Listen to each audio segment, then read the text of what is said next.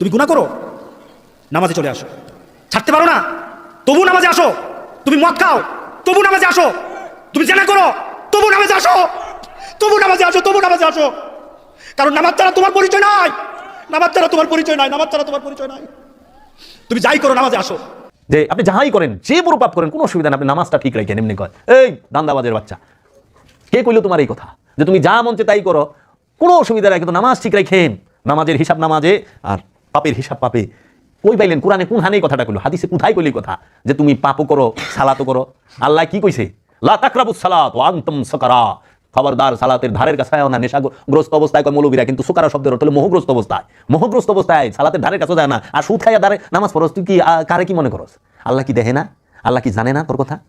নামাজ হইলে ইমানদারে কইছে, ইয়া আইয়ুহাল্লাযিনা আমানু আকিমুস সালাত ওয়া আতুজ যাকাত। হে ইমানদার, সালাত কায়েম করো, যাকাত আদায় করো। যে সুদ খায় সে কি ইমানদার? যে ঘুষ খায় সে কি ইমানদার? পৃথিবীতে কোনো আলেম, কোনো মুফাসসির, কোনো মুহাদ্দিস কি ক্ষমতা আছে যে সে প্রমাণ করে দিব যে